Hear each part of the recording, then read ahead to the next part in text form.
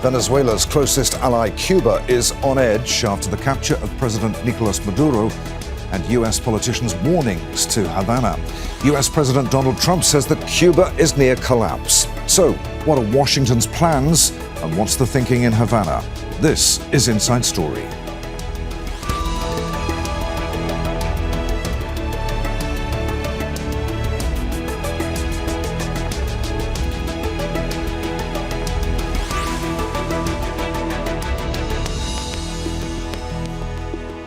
Hello, welcome to the program. I'm Adrian Finighan. Cuba is Venezuela's closest ally, so the political shockwaves from President Nicolas Maduro's capture by the US are rattling the leadership in Havana.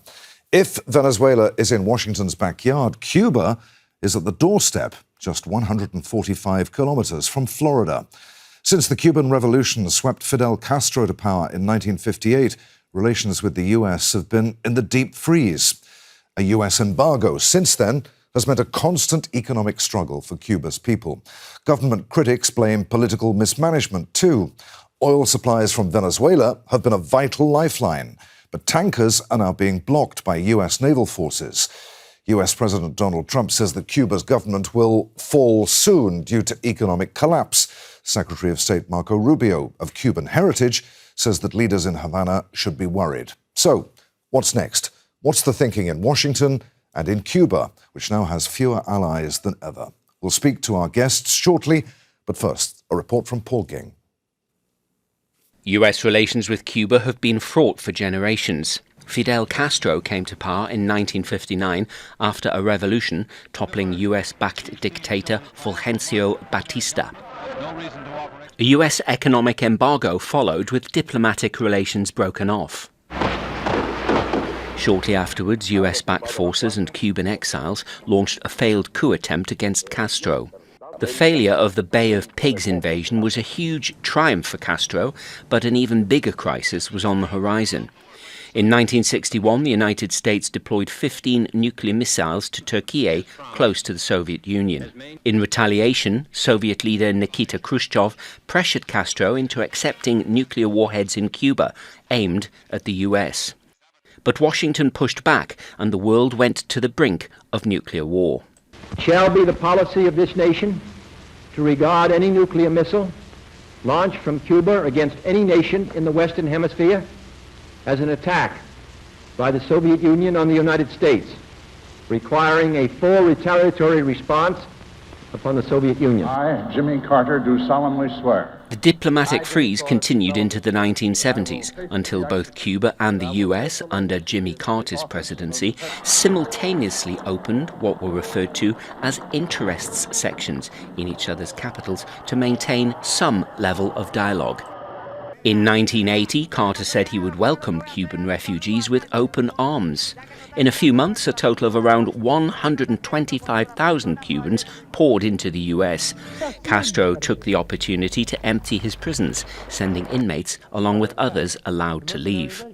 Relations went into the deep freeze under Carter's successor Ronald Reagan, who further tightened the embargo.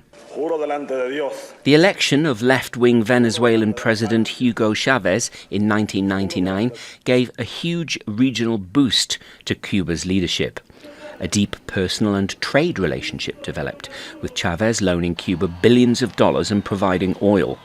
This proved vital to Cuba after the collapse of its main backer, the Soviet Union, and the waning Russian assistance that followed. It wasn't until 2015 that diplomatic relations were resumed between Washington and Havana under Barack Obama and Fidel Castro's successor, his brother Raúl. Sanctions returned under Donald Trump's first US presidency, with little relaxation under Joe Biden, who followed. The decades-long embargo remains in place. With Maduro now gone, current Cuban President Miguel Diaz-Canel may now find his regime on the US wish list for change in its backyard. You just wait for Cuba. Cuba is a communist dictatorship that's killed priests and nuns. They preyed on their own people. Their days are numbered. The capture of Maduro marks a new crisis for Cuba in its troubled relations with the US. Paul Ging, Al Jazeera for Inside Story.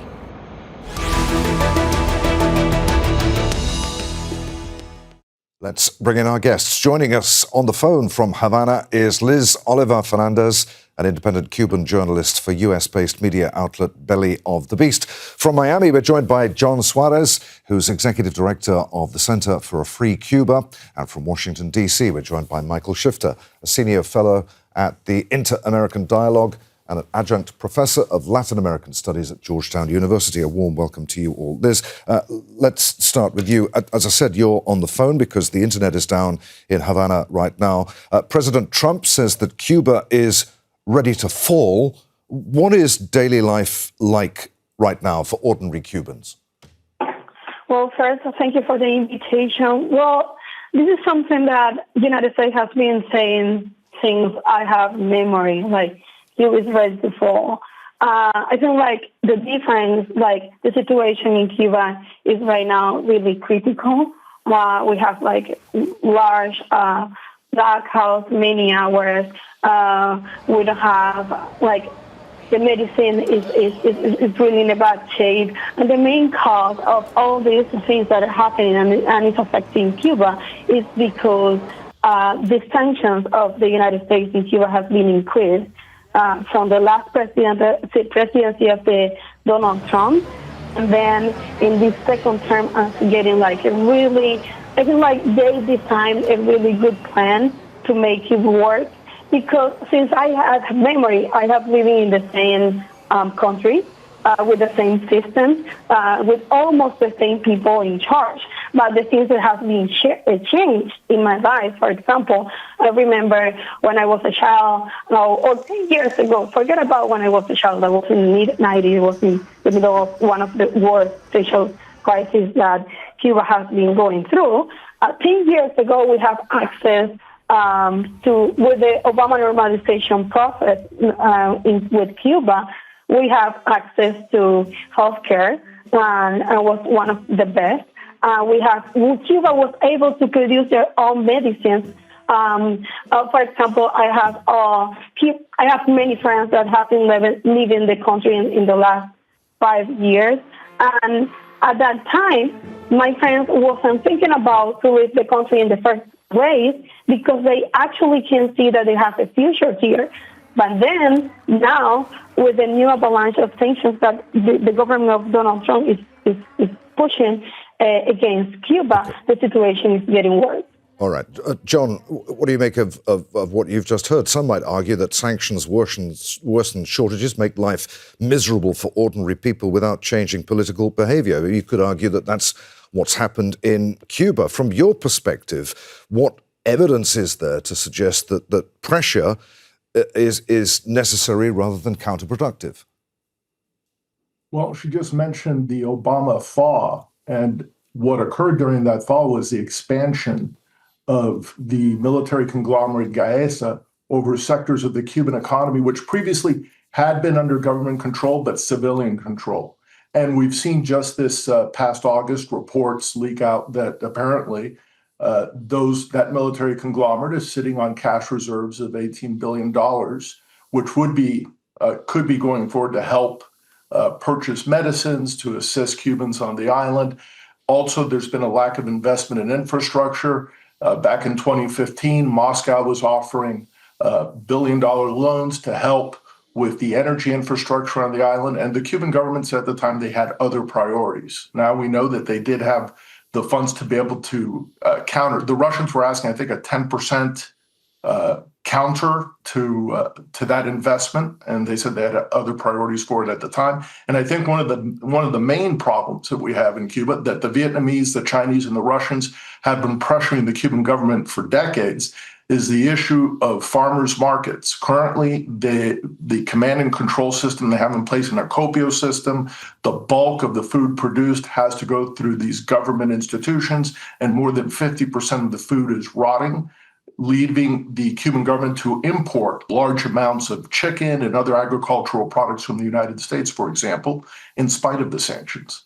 Okay, let's bring in Michael. Michael, I know that you argue that sanctions and not the political system in Havana explain the shortages and hardships that we're seeing in Cuba today. If sanctions were lifted tomorrow, would life in Cuba immediately improve? Well, I think it's really hard to know. I think we saw kind of a test of that with the Obama thaw with Raul Castro in 2014. Of course, sanctions, the embargo is codified in U.S. law, so the Congress would have to act. But I think Obama did whatever he could from as an executive. But I think I think that Cuba has to be committed to making reforms and economic reforms and political opening. And there is the regime has been entrenched for over 6 decades. And I think there's not a lot of will to make changes. And there have been experiments with the private sector that I think have done some good. But there have been heavy regulations, heavy taxations, and enormous constraints. So I think the embargo has been extremely damaging. I've been against the embargo and against U.S. sanctions. I was disappointed that Biden didn't do more. He should have done more to open up and reverse some of the sanctions from Trump's first term. And I think that it's very destructive and unwise to punish Cuba the way the U.S. has for so many years. But I also think one has to look at the Cuban regime itself and the lost opportunities and the unwillingness and the intransigence to make necessary reforms. And unfortunately, the situation is very dire today. It's very sad and tragic, in my opinion. Liz, President Trump says that Cuba is near collapse. There's no need for military intervention like we saw in Venezuela. How would Cubans feel about a U.S. intervention in Cuba? Would they accept change being imposed upon them, even if they want change? That's the thing, and I'm gonna. No one in Cuba wants a U.S. military. We don't want the United States to intervene in any way possible or imaginable, because that's illegal under international law. That's one thing that we want for the United States. Nothing. Don't do nothing. Who say that the United States can be the police of the world to say who is the president, who is 10, who is the president, who is Smith? The people who think, and the last professor say, the Cuban regime, and I was hearing like, okay, that in my head, that's an opinion, because they don't say a regime when they talk about when they talk about United States, or when they talk about Israel, or when they talk about Saudi Arabia. So why the United States say, okay, let's do business, let's do whatever is necessary, because they talk about, and they raise the flag of human rights violations. So, but they don't care about human rights when they are doing violations, when they are doing business with these people. But they care supposedly when they talk about Cuba. How is it possible that they say like Cuba needs to be more open and needs to be open to do more reforms economically? But I think like in the last 10 years, also Cuba has been doing a lot of economical reforms. Like, why are they not doing more? Well, maybe because the Cuba is under economic warfare by the United States, while Cuba is more close to allies as Russia or China. Well, maybe because the United States has to try to overthrow Cuban government for decades. John, what do you make of what you just heard there? Sorry, Liz. Yes, Liz, hang on a second. Liz, carry on. No, I'm so sorry.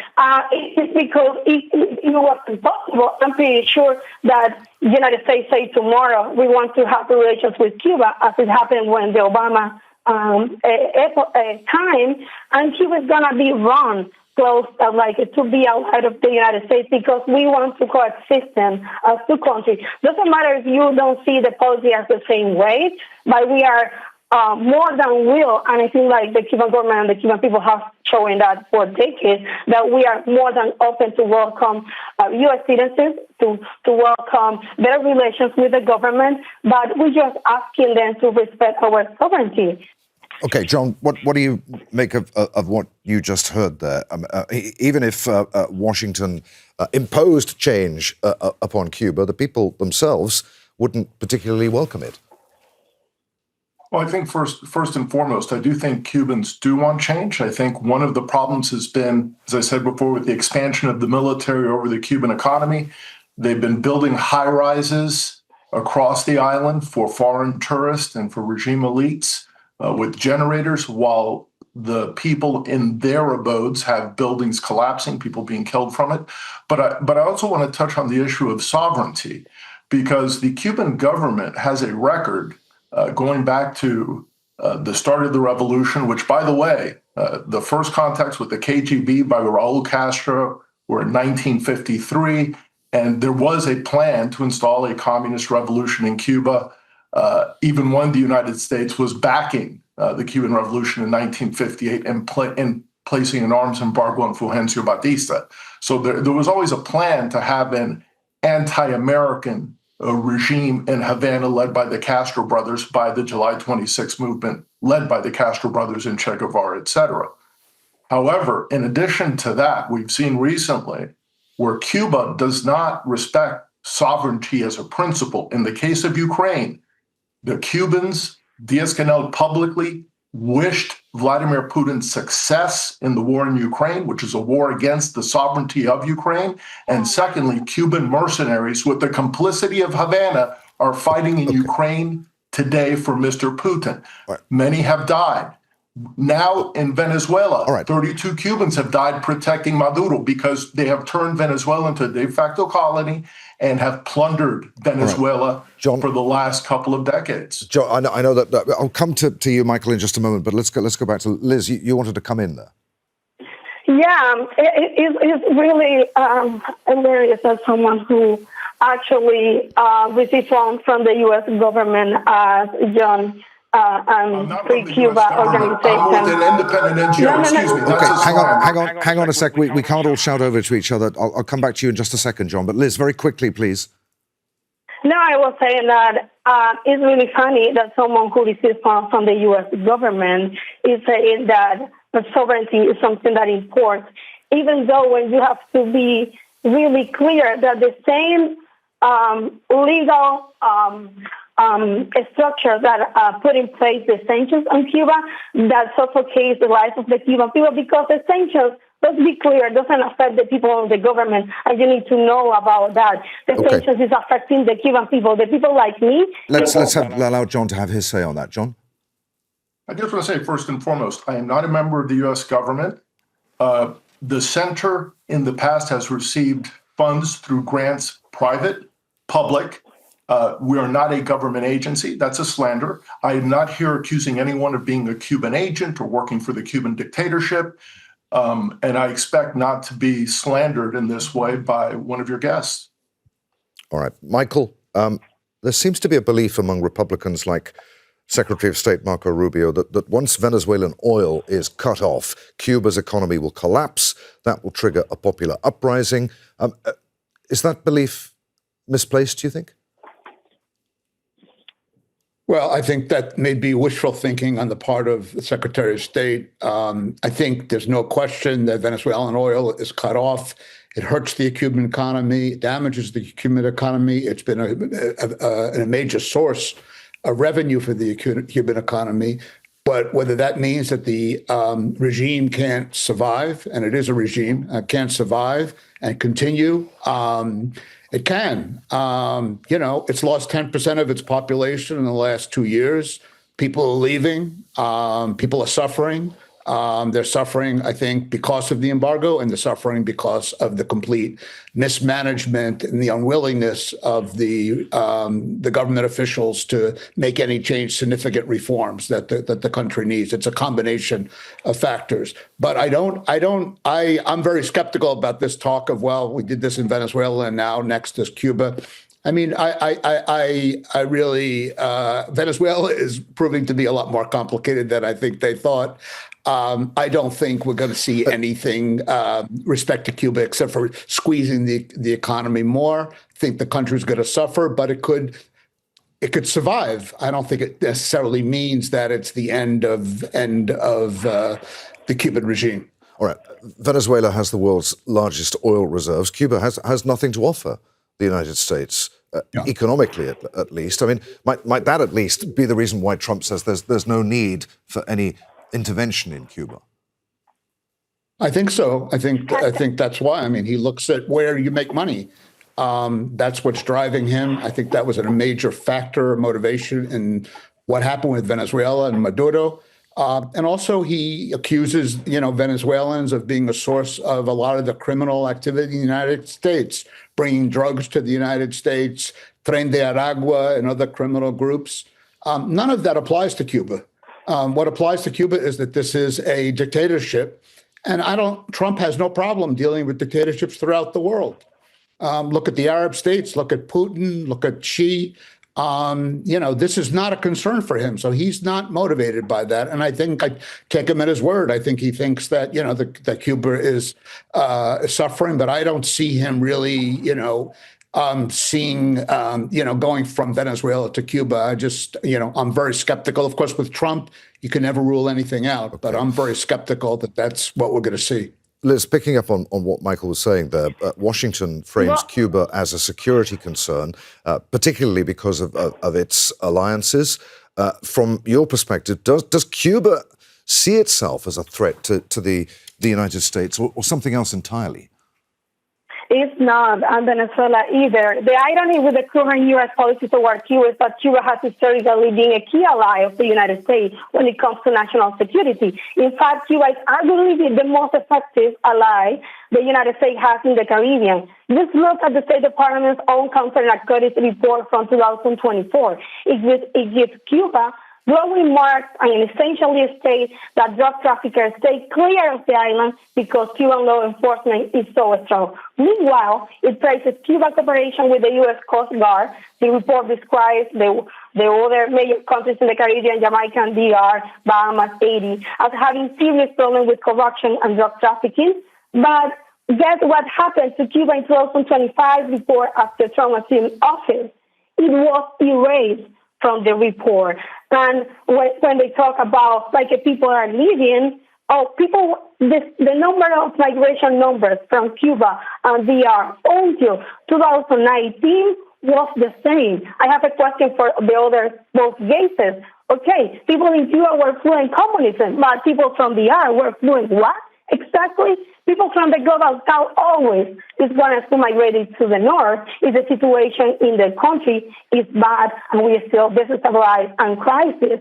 And in this country, I don't know what kind of percent, but many of the crises that are happening in Cuba is provoked by the UN sanctions. And when they talk about the Center for a Free Cuba has been funded by U.S. government for decades, I want to say they receive funds from the National Endowment for Democracy, that is a non-profit that is 100% funded by U.S. government, the same government who is pushing for sanctions against Cuba. John, from your point of view, what would a credible path out of this look like? Does it require a change in Havana first, or in Washington? Is there any way that this can be resolved without the country completely collapsing and causing even more suffering to the Cuban people? Well, first and foremost, I want to underscore once again, I'm not a government employee of the United States. That is a slander by your guest that's being repeated. Secondly, the claim that Cuba has not been involved in criminal activities, including drug trafficking, for decades, going back to 1961, when Raul Castro was regularly meeting with a high member of the Czech Ministry of Defense, Jan Sečna, to discuss about infiltrating drug trafficking networks and being more effective in the creation of new networks and improving those that were already existing. In the 1980s, we had several Cuban officials indicted for drug trafficking, among them a commander of the Vice Admiral Aldo Santamaria Cuadrado, former ambassador to Colombia by name of Fernando Ravelo Renado.